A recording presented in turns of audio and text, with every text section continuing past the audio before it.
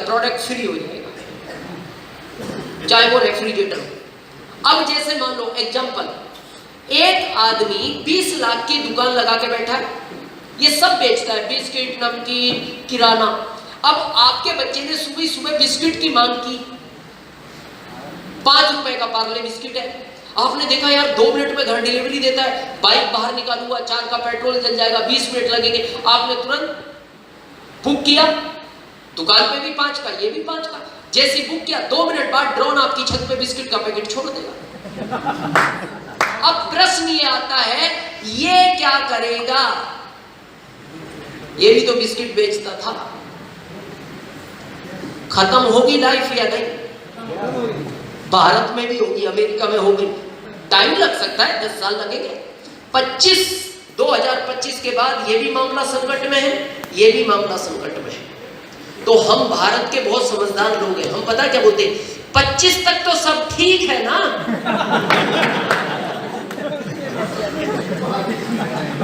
हाँ, तो 25 के बाद कर लेंगे।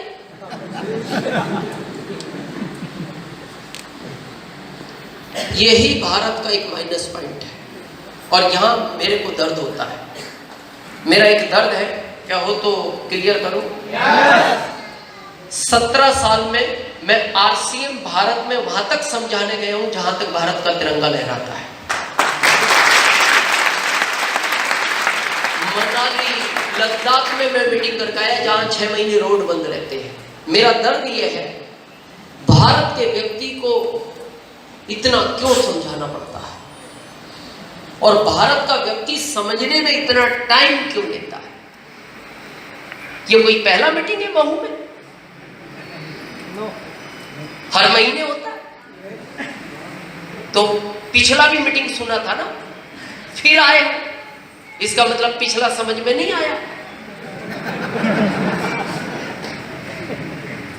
कितना और मीटिंग करना पड़ेगा, कितना लोगों को और लाना पड़ेगा, कितना समझने में टाइम लेंगे। हम कंपनी से बात करें सर और 22 तक करनी पड़ेगी, 22 के बाद ये भारत समझ जाएगा। ये दर्द है मेरा, भारत के आदमी को इतना टाइम क्यों लगता है समझे? जबकि आप देखना भारत में पशु पक्षी जल्दी समझ जाते हैं आदमी की अपेक्षा। भाई यहां समझाया क्या जाता है, आरसीएम का प्रोडक्ट ओरिजिनल है, मार्केट से रेट कम है इस बात की गारंटी है, लेने से पैसा आएगा ये भी गारंटी है, और यही बात हर महीने समझाने आना पड़ता है। अगले महीने कौन आएगा? वर्मा जी कौन आ रहा अगले महीने? विरोधी असर आएंगे अगले महीने, वो भी यही समझाना आएंगे जो आज मैं समझाऊंगा, और आप फिर आओगे, ये भी मेरे को पता है। बहुत सोचने का विषय, ये मेरा दर्द है, इसलिए मैंने कहा दर्द क्या है थोड़ा आज क्लियर करें। एक आदमी टोपियां बेचता था, यू नो टोपी, कैप, गांव गांव जाता था, लंबा वाला कैप गर्मी से बचने के लिए, एक थैले में कैप रखता था, साइकिल पे दिन भर घूमता था, बोलता था लोगों को गर्मी से बचने का ये अच्छा एक साधन है। लोग ज्यादातर नहीं खरीदते थे, तो एक दिन बड़ी मेहनत करके कई गांव गया, थक गया, गांव के बाहर आया, एक पेड़ के नीचे बैठ गया, तो नींद लग गई, थका हुआ ज्यादा था। जब उसकी नींद खुली तो क्या देखता है, थैले में से टोपियां गायब थी। वो बड़ा टेंशन में आ गया, यार टोपियां कौन ले गया ये, और ले जाता तो थैला सहित ले जाता। थोड़ी देर बाद आवाज आई ऊपर से, देखता है बंदर पेड़ पे, और सारे बंदर टोपियां लगाए बैठे। वो बड़ा टेंशन में आ गया, उसने उठाया पत्थर, फेंक के मारा, बंदर तो चंचल जानवर है, वो कूद के इधर भाग गया, टोपी ना दे। तो उस रोड से 1 घंटे बाद कोई वर्मा जी जैसा समझदार व्यक्ति निकल रहा था, तो उसने वर्मा जी को कहा, वर्मा जी मेरी मदद करो ना टोपियां दिलाने में। वर्मा जी बोलते हैं तू पागल है, ये नकलची जानवर होता है, ये इसलिए लगाए बैठा है, जब इसने देखा तेरे थैले में, ये उतर के आए, इन्होंने देखा थैले में कुछ खाने का होगा, टोपियां निकालते गए, खाने का कुछ नहीं मिला, तो इनको लगा ये टोपियां किस काम आती हैं, तू लगाए सो रहा था, सब लगा के बैठ गए। लो ये नकलची जानवर है, तो एक काम कर, तू अपनी उतार, दिखा और फेंक दे, ये भी दे देंगे। जैसे उसने उतार के दिखा के फेंकी, सारे बंदरों ने फटाफट फेंकी, वो काम की नहीं है। थैले में, वर्मा जी को धन्यवाद दिया, थैंक्स, और वो अपने घर चला गया और जाके अपने बेटे से बोलता है, उसका 20 साल का बेटा था, बेटा मेरे बाद ये कारोबार जब तू स्टार्ट करेगा और तेरे साथ कोई ऐसी घटना घट जाए तो तू घबराना मत, ये बंदर नकलची होते हैं। उसके पिताजी का देहांत हो गया, दुनिया छोड़ गए, बेटे ने कारोबार चालू किया। एक दिन वो बेटा पेड़ के नीचे बैठा हुआ था, नींद लग गई, नींद खुली, टोपियां गायब थी, देखा बंदर लगाए बैठे थे, वो घबराया नहीं, क्यों? पिताजी समझा गए। तो उसने क्या किया, उतारी, दिखाई, फेंक दी। जैसे उसने फेंकी, एक छोटा सा बंदर का बच्चा इस घटना को देख रहा था, उसने मारी जंप, इसकी भी उठाई, लगाई सर पे, वो भी पेड़ पर। ये टेंशन में आ गया, बोले यार पिताजी तो कुछ और समझा रहे थे, ये तो कुछ और हो गया। वो ध्यान से उस बंदर के बच्चे को देखता है, बंदर का बच्चा उसको देखता है, तो वो बंदर का बच्चा अपनी लैंग्वेज में उसको बोलता है, बेवकूफ क्या समझता है, तेरे पिताजी समझा गए। इस बार हमारे पिताजी भी कह गए, बेटा ऐसी गलती अब नहीं करना।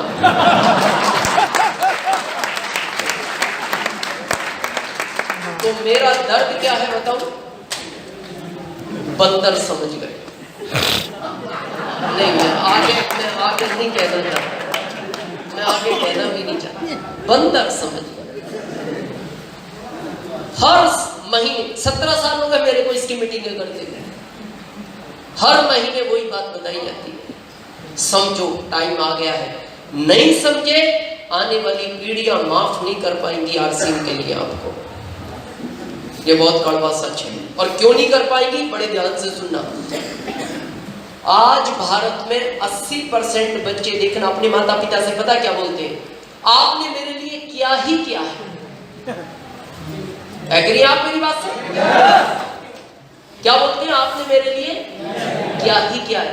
यहाँ बहुत सारे पिता बैठे होंगे, मैं एक पिता हूं। एक पिता अच्छा नहीं पहनता, बच्चे को पहनाता है।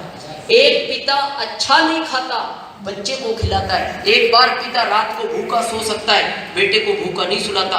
और सोचो अगर उसके बाद वो बच्चा उस पिता से बोलता हो, आपने मेरे लिए क्या किया है, उसकी आंख में पानी आ जाता है और बहुत दर्द में बोलता है वो पिता, बेटा क्यों नहीं किया, मैंने अपनी हैसियत से ज्यादा किया है। तो फिर पता है वो बच्चा क्या जवाब देता है, आपने क्या नया किया, ये तो दुनिया करती है। कब है ये, सब किया। और सोचना अगर ये नहीं कर पाए और वो बच्चा बड़ा हो गया और ये काम उस बच्चे को करना पड़ा, तो वो बड़ा होकर आपसे एक बात पूछेगा, पापा ये जो हमारे पड़ोस में बंगला है और इसमें जो ये 1-1 करोड़ की कई कारें खड़ी रहती है, ये आदमी काम क्या करता है? आवाज नहीं निकलेगा आपका, आवाज ही गड़बड़ा जाएगा, क्योंकि आपको तो पता था ना इसके बारे में, जिससे कारें आई हैं उसको। तो आप पता उस समय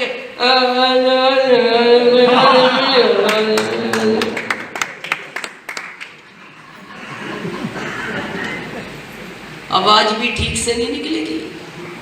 फिर वो पूछेगा क्या है ये आरसीएम? कुछ नहीं बेटा, अपनी दुकान बदलो, लोगों की बदलवाने में मदद करो।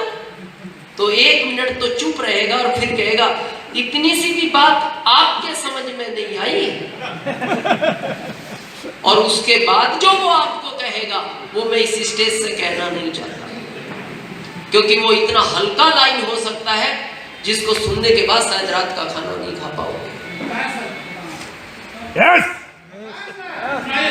नहीं, महिलाएं अच्छा नहीं लगेगा, बहुत कड़वा शब्द बोल सकता है। तो इसलिए समझ लो, अभी मैं इस विरोध में नहीं हूं, ये काम करते हो करो, करना चाहिए। जॉब है, जॉब के साथ इसको करो, व्यापार है, व्यापार के साथ इसको करो, दुकान है, दुकान के साथ करो, खेती है, खेती के साथ करो। लेकिन इस काम के बाद जो समय मिलता है, फिर 1 सेकंड भी खराब नहीं करना। हम पता है इन कामों को क्यों कर रहे हैं, मैं बताऊं कारण क्या? इस काम में हम क्यों इंटरेस्ट नहीं लेते? ये स्मार्ट वर्क है, ये भारत के लिए नया है, लोगों को बिलीव नहीं है, लोगों को इन कामों में बिलीव है। आज अभी अपने पिताजी से जाके कहना, पिताजी एक ऐसा काम आया है, कुछ नहीं करना, अच्छे कपड़े पहनो, लोगों से बात करो, अमीर बन जाओ। वो पता कहेंगे, खेत में जा, खेत में।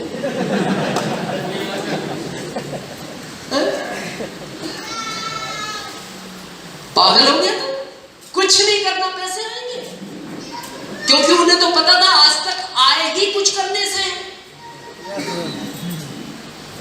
क्योंकि अभी तक क्या है, हम हार्ड वर्क में पसंद करते हैं, गलती नहीं है, नेचर में। क्योंकि भारत का आदमी इस गर्दन के नीचे के हिस्से में ही बिलीव करता है। इसीलिए आप नहीं देखते हो 40 का 65 जैसा क्यों लगता है, घिस गया। हार्ड वर्क कर करके घिस गया। बहुत लोग मेरे से कहते हैं सर आपकी उम्र नहीं बढ़ रही, स्मार्ट वर्क है। यहां घिसता नहीं आदमी। अब मैं आपसे बात करूंगा, कल मैं सूरत से बैठा, मेरी फ्लाइट थी, दिल्ली उतरा, वहां ट्रेन से बैठा, वाराणसी उतरा, संजय जी के साथ आ गया, कल मुगल सराय की मीटिंग करके देखो उसमें राजधानी में बैठूंगा, दिल्ली से कल मेरा फ्लाइट है, सूरत जाके अपने पोते के साथ खेलूंगा। अब क्या, अब हार्ड वर्क नहीं है। हाँ 5 साल मैंने भी बहुत मेहनत की, वो आपको भी करनी पड़ेगी। और मेहनत क्या है, भारत के आदमी को समझाना, ये मेहनत है। भारत के आदमी को समझाना ये बहुत बड़ी मेहनत है, उसके पूरे विचारों को बदलना। तो ये सिस्टम है गर्दन के ऊपर के हिस्से का,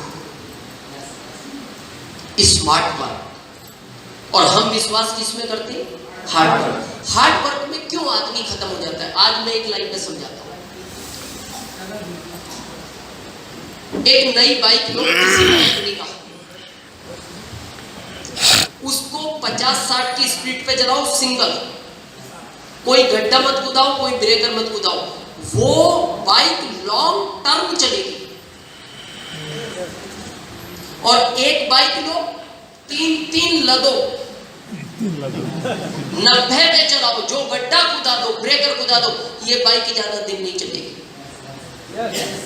ये धुआं देना शुरू करेगी। और फिर आप जब मैकेनिक के पास जाओगे, आप कहोगे सर ये धुआं दे रही है, पता वो क्या कहेगा, इसका इंजन बैठ गया। क्यों बैठ गया, ओवरलोड चलाई गई, ये काम ओवरलोड है। अब आप पूछोगे क्या करें, बोले एक ही ऑप्शन है, इंजन बदलवा ले।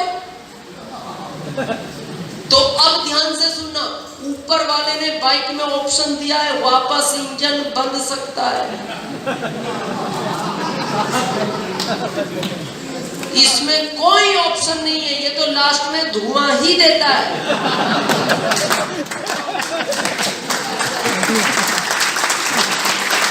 आप देखते नहीं, 4 लोग बोलते निकल के धुआं, चलो चलो,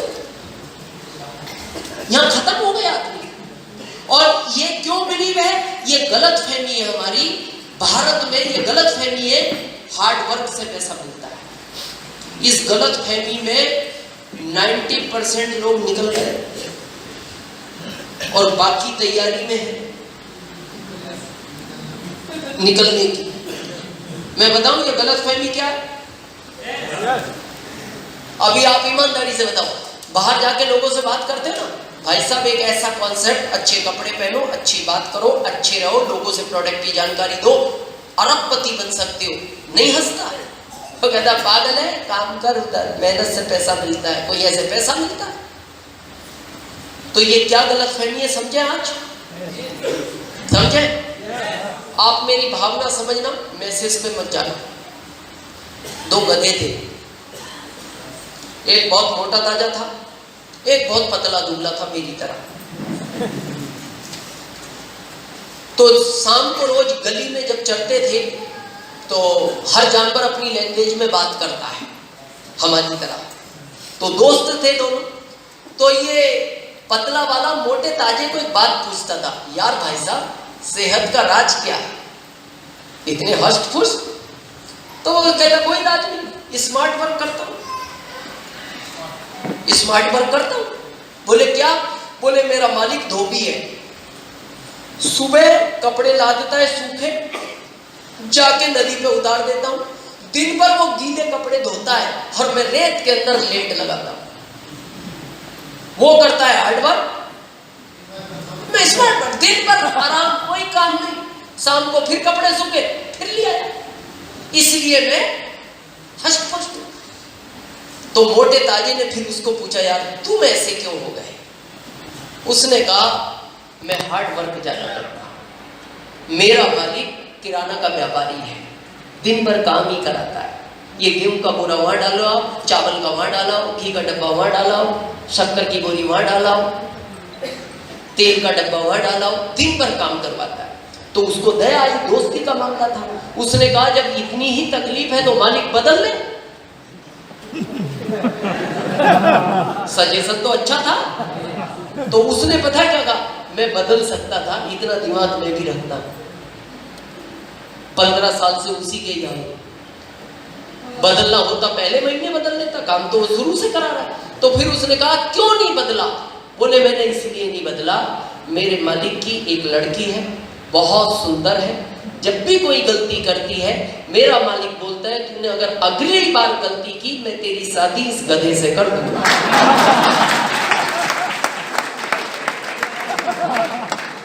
तो मैं इस इंतजार में जी रहा हूं, कब ये बड़ी गलती करे